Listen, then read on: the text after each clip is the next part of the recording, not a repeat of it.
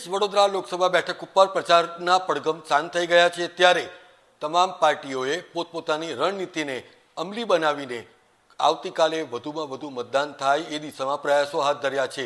પરંતુ આટલા દિવસોના તનતોડ પ્રયાસમાં તેઓ મતદારોને કઈ રીતે આકર્ષી શક્યા છે, મતદારોએ કયા પ્રકારનો પ્રતિસાદ સાંપડ્યો છે એ જાણવું પણ એટલું જરૂરી છે। કારણ કે આપ જેના માટે મત કરી રહ્યા છો તો એમનું વિઝન અને મિશન શું છે એ જાણવું પણ એટલું જરૂરી છે। ત્યારે નેશન પ્લસ ન્યૂઝના આંગણે આજે જસપાલસિંહ પડિયાર છે, જેઓ 20 વડોદરા લોકસભામાં કોંગ્રેસના ઉમેદવાર છે। જસપાલસિંહજી, સૌથી પહેલાં તો આપ એ જણાવો, આટલા દિવસનો તનતોડ પ્રચાર થયો, કયા પ્રકારનો પ્રતિસાદ સાંપડ્યો, કયા પ્રકારની સમસ્યાઓથી આપ પણ ઉજાગર થયા? જી, 4મી તારીખે જેવી જાહેરાત થાય ત્યારબાદ સતત સૌ કાર્યકરોને મળવાનું શરૂઆત કરી, સૌની સાથે વાતચીત કરી, ત્યારબાદ લોકો વચ્ચે જવા માટે થઈને શરૂઆત કરી, પ્રચારના શરૂઆત કરી। ત્યારે મંગલ પાંડેજીના શહીદ દિવસ અને ભગતસિંહ ચોકથી ભગતસિંહના ચરણોમાં વંદન કરીને પ્રચારની શરૂઆત અમે લોકોએ કરી હતી। ત્યારબાદ વડોદરાના તમામ વિસ્તારો 19 વોર્ડ હોય, સાથે સાવલી અને વાઘોડિયા વિધાનસભામાં પણ ગામોમાં જે રીતે ગયા, તમામ જગ્યાએથી લોકો ખૂબ સારો પ્રતિસાદ દરેક જગ્યાએથી મળ્યો। સાથે સાથે એમની જે વાત પણ લોકો રજૂ કરતા રહ્યા। અમુકે કોઈએ એમની મકાનની વાત કરી, કોઈએ પાણીની પ્રશ્નોની વાતો કરી, કોઈએ જે ડ્રેનેજ એના પ્રશ્ન છે એના વિશેની વાત કરી, કોઈએ શિક્ષણને લગતી પણ વાતચીતો કરી કે ભાઈ અમુક જગ્યાએ શાળાઓ મર્જ કરવામાં આવી છે, આ છે તે છે, બીજા ઘણા બધા ઇસ્યુઝ જે અત્યારે લોકો સામનો કરી રહ્યા છે। એ લોકોએ એ પણ વાત કરી કે જ્યારે કોંગ્રેસનું શાસન હતું ત્યારે અમને 400માં બોટલ 350માં 370માં પણ મળતો હતો, અત્યારે 1100 સુધી પહોંચી ગયો છે।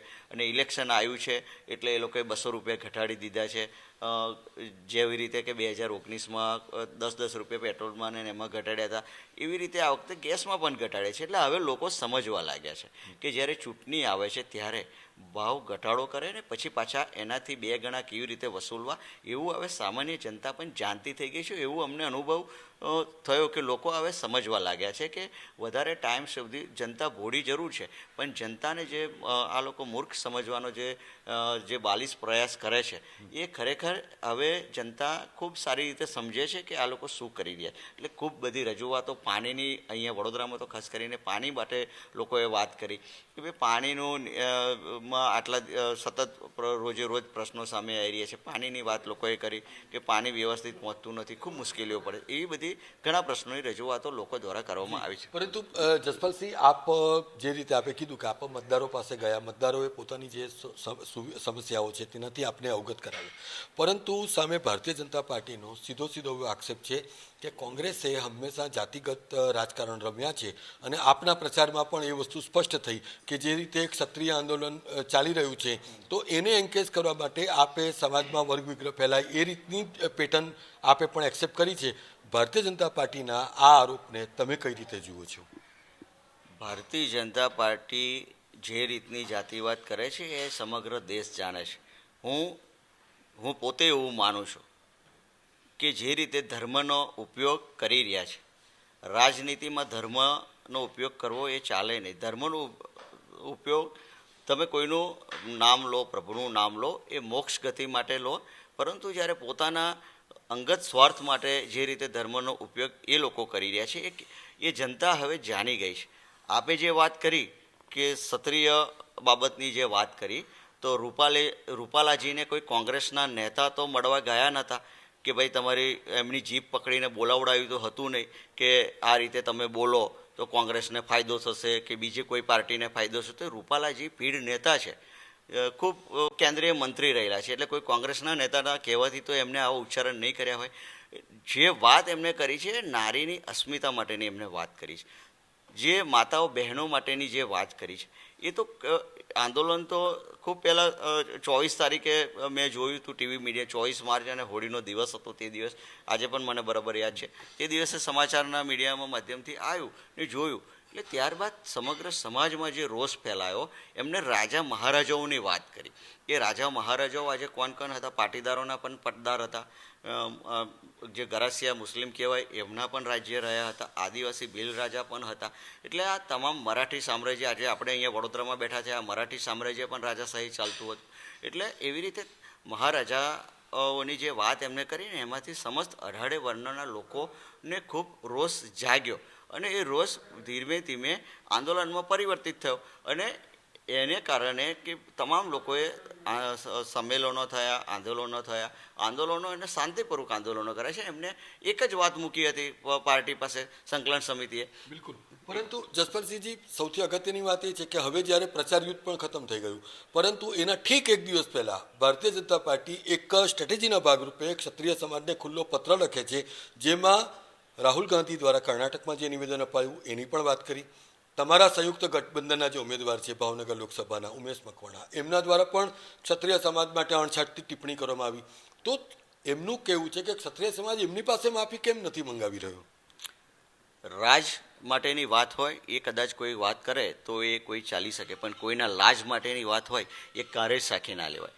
આ માતાઓ બહેનોની અસ્મિતાની વાત હતી.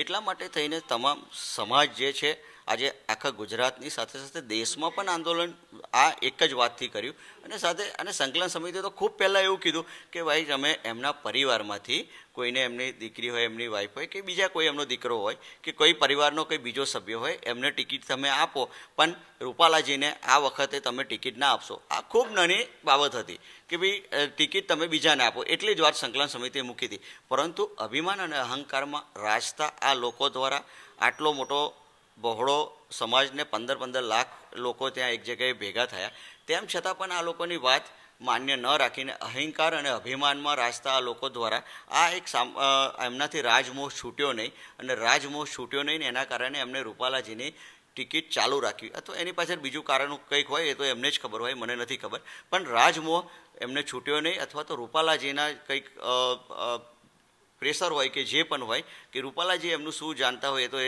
એ લોકો જ જાણતા હોય. પરંતુ એમનાથી જે આ ટિકિટ ના છૂટી, રાજમોહ છૂટ્યો નહીં. આજે 562 રાજા રજવાડાઓ હતા, એમને 1 મિનિટનો પણ સમય લીધા વગર તાત્કાલિક 1800 પાદરના ધનીથી શરૂઆત કરીને સમગ્ર દેશમાં 562 રજવાડા માતૃભૂમિના ચરણોમાં દેશહિત અને લોકહિત માટે અર્પણ કર્યા. પરંતુ વાત એક ટિકિટની હતી, એ પણ એમ નથી ના છૂટી. બિલકુલ. તો એનો મતલબ એવો છે કે જે રાહુલ ગાંધી અને ઉમેશ મકવાણા દ્વારા જે બયાન આપવામાં આવ્યું એને એક ક્ષત્રિય આગેવાન તરીકે, ક્ષત્રિય ઉમેદવાર તરીકે તમે એને એન્ડોર્સ કરો છો? હું એન્ડોર્સ નથી કરતો.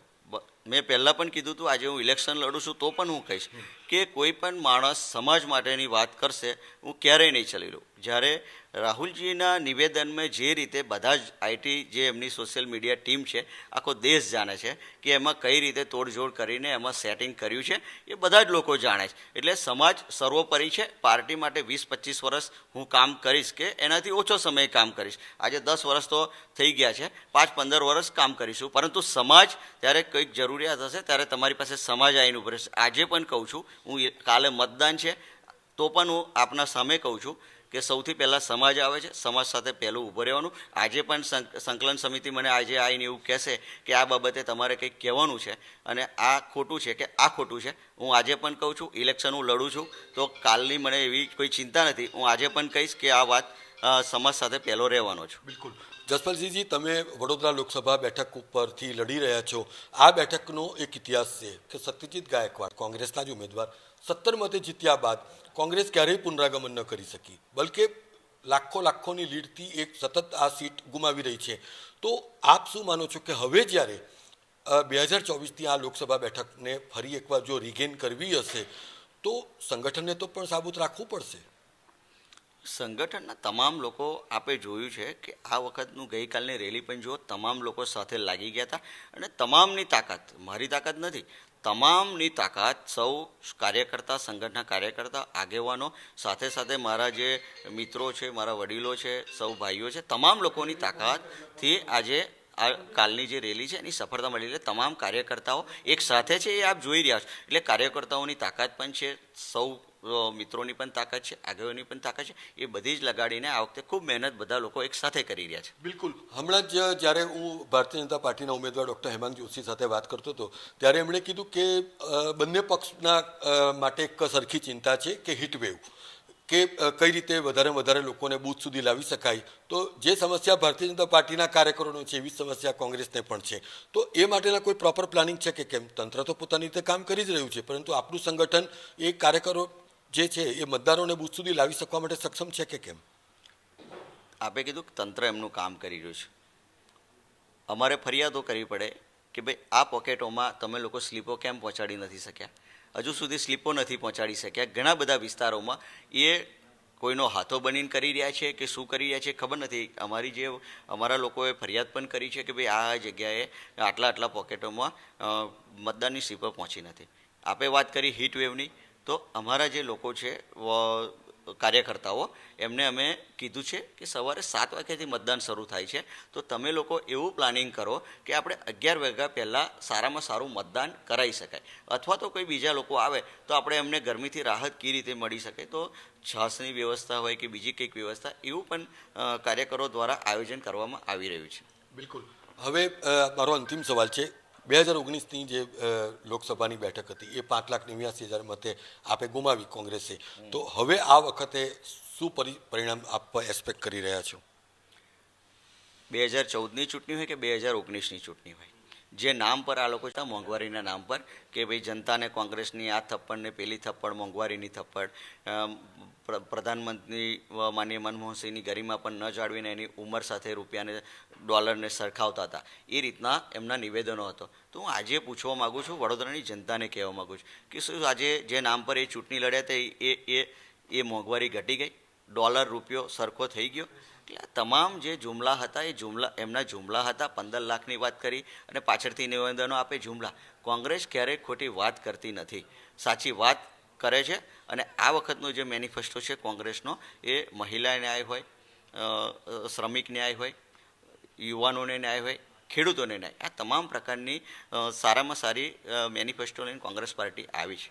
હવે છેલ્લા 27 વર્ષોથી આ લોકોને વડોદરાની જનતા મત આપી રહી છે, પરંતુ આજે પણ હું કોઈ પણ વિસ્તારમાંથી આવીને આખા વડોદરાનો જે વિસ્તાર છે એમાંથી એ લોકો એવું કહે કે અમે સંપૂર્ણ વ્યવસ્થાઓ ઊભી કરવામાં ભારતીય જનતા પાર્ટી સફળ રહી છે.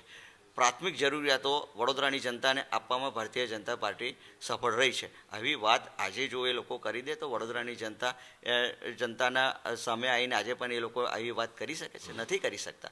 હું વડોદરાની જનતાને આપના માધ્યમથી કહીશ કે આ બધું જ વસ્તુ આત્મચિંતન કરીને આ વખતે આ લોકશાહીનું સૌથી મોટું પર્વ છે. મતનો અધિકાર આપનો છે. આપના એક મતની તાકાતથી આપ કોઈને સત્તામાં બેસાડી શકો છો અને એક મતના તાકાતથી આપ સત્તા પરિવર્તન પણ કરી શકો છો. એટલે આ તમામ મુદ્દાઓને લઈને મતદાન કરવા જજો. મતદાન આપનો અધિકાર છે. મતનો ઉપયોગ કરીને મતદાન કરશો એવી આપને અપીલ છે. બિલકુલ. ખૂબ ખૂબ આભાર જસપાલસિંહજી. તો દર્શક મિત્રો, આ હતા લોકસભા વડોદરા બેઠકના કોંગ્રેસના ઉમેદવાર જસપાલસિંહ પડિયાર. આ પાદરાના પૂર્વ ધારાસભ્યનું સ્પષ્ટપણે માનવું છે કે આગામી દિવસોમાં જ્યારે હવે ભારતીય જનતા પાર્ટી ખૂબ મેસિવ તાકાત સાથે આ બેઠકને રીગેઇન કરવા માટે કે આ બેઠકને જાળવી રાખવા માટે તનતોડ મહેનત કરી રહી છે, એની સામે જે પ્રજાજનોની જે સમસ્યાઓ છે એને ઉજાગર કરવાની જે કામ છે એ પણ હવે કોંગ્રેસ પાર્ટીએ લીધું છે. ત્યારે સંગઠન જેની સૌથી મોટી તાકાત છે એવી ભારતીય જનતા પાર્ટી સામે બાદ ભીડનાર આ કોંગ્રેસ પાર્ટી તારીખ 4 જૂનના રોજ શું ઉકાળી શકે છે એ જોવું પણ એટલું જ મહત્વનું બની રહેશે. કેમેરામેન નવનીત પરમાર સાથે વશિષ્ઠ શુક્લ, નેશન પ્લસ ન્યૂઝ, વડોદરા.